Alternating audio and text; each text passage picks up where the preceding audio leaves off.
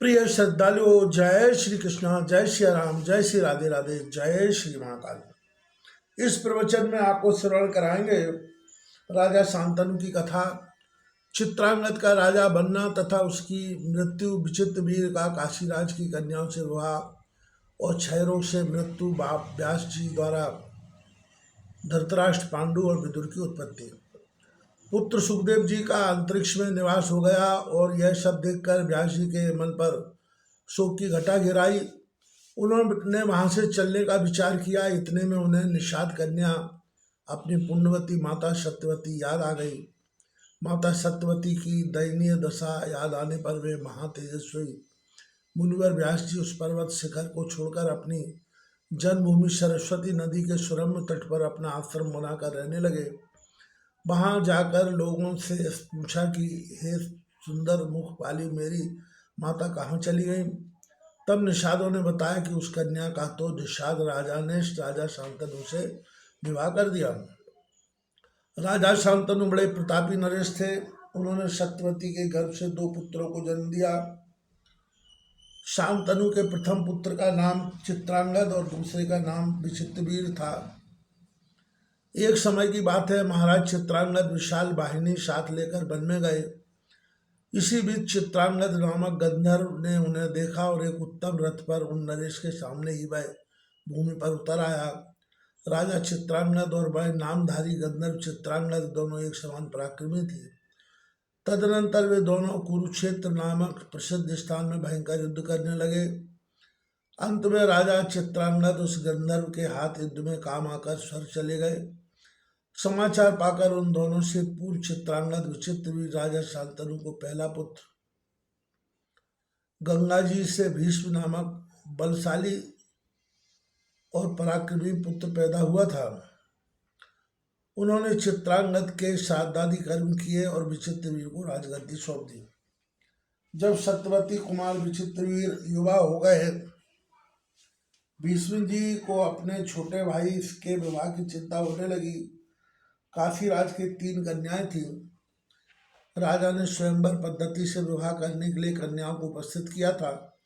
महान तेजस्वी भीष्म जी एक रथ पर बैठकर उस स्वयंवर में पधारे और राजाओं को परास्त करके 3 कन्याएं बलपूर्वक छीन ली और उनको लेकर वे हस्तिनापुर लौटा। अपने छोटे भाई महात्मा विचित्रवीर का उन कन्याओं के साथ विवाह करने लगे तो तीनों में जो अत्यंत सुंदरी थी, उस बड़ी कन्या ने लज्जित होकर भीष्म जी से कहा, धर्मज्ञ, मैं तो मन ही मन राजा साल्व को स्वयंवर में वर चुकी हूँ। इस प्रकार उस कन्या के कहने पर कुरुनंदन भीष्म जी ने कुलवृद्धों माता सत्यवती की तथा मंत्रियों के इस विषय में परामर्श किया। सबकी अनुमति प्राप्त करके धर्मज्ञ गंगापुत्र ने उस कन्या से कहा, हे बलान्य, तुम स्वेच्छा पूर्वक जा सकती हो। भीष्म जी से विदा लेकर वह सुंदरी कन्या साल्व के घर गई और अपने मन की अभिष्ट बात उस नरेश के सामने स्पष्ट कर दी। हे महाराज, आपके प्रति आसक्त चित्त जानकर भीष्म ने मुझे धर्मपूर्वक मुक्त कर दिया है। अब मैं आ गई हूँ, आप मेरा पाणी ग्रहण कीजिए, मैंने पूर्व में आपको चाहा है। साल्व ने उससे कहा, हे सुंदरी, मेरे देखते देखते भीष्म जी ने तुम्हें पकड़ा और अपने रथ पर बैठा लिया, अतः अब मैं तुम्हारा पाणी ग्रहण नहीं कर सकता। कौन बुद्धिमान मनुष्य दूसरे द्वारा उच्छिष्ट कन्या को स्वीकार करेगा? अतः भीष्म जी के द्वारा मात्र भावनाओं से भी त्यागी गई तुम्हें मैं स्वीकार नहीं करूँगा। महात्मा साल्व ने रोती तथा विलाप करती उस कन्या का त्याग कर दिया और वह पुनः भीष्म जी के यहाँ आकर रोती हुई इस प्रकार कहने लगी, हे वीर, आपके त्याग देने के कारण साल्व भी मुझे स्वीकार नहीं कर रहे हैं। हे महाभाग, आप धर्मज्ञ हैं, इसलिए मुझे स्वीकार कीजिए, अन्यथा मैं प्राण दे दूंगी। भीष्म जी कहने लगे, हे बरवर्णन, तुम दूसरे पर आसक्त चित्त बालों के बाली हो, अतः मैं तुम्हें कैसे स्वीकार करूं। हे बरारोहे, अब तुम चिंता त्याग कर शीघ्र ही अपने पिता के घर चली जाओ। भीष्म जी के ऐसा कहने पर वह कन्या अपने पिता के घर न जाकर वन में चली गई और वहां निर्जन एवं पवित्र तीर्थ में तप करने लगी। काशीराज की अन्य दो रूपवती तथा कल्याणमयी कन्याएं अंबिका एवं अंबालिका विचित्रवीर की रानी बन गई। महाबली राजा विचित्रवीर भी उन दोनों के साथ ही राजभवन में कभी उपवन में आनंद पूर्वक रहने लगे। इस प्रकार पूरे 9 वर्ष तक मनोहर क्रीड़ा करते हुए राजा विचित्रवीर राजक्षमा रोग से ग्रसित हो गए और अंत में मृत्यु को प्राप्त हुए। उस समय पुत्र के मर जाने पर माता सत्यवती को बड़ा दुख हुआ और उन्होंने मंत्रियों द्वारा पुत्र के सभी प्रेत कर्म संपन्न कराए। तत्पश्चात एक दिन अत्यंत दुखी होकर सत्यवती ने भीष्म जी से एकांत में कहा, हे महाभाग, अब तुम अपने पिता शांतनु का राज्य संभालो और अपनी भ्रातृजाया को स्वीकार करो और अपने वंश की रक्षा करो, जिससे महाराज ययाति का वंश नष्ट न हो।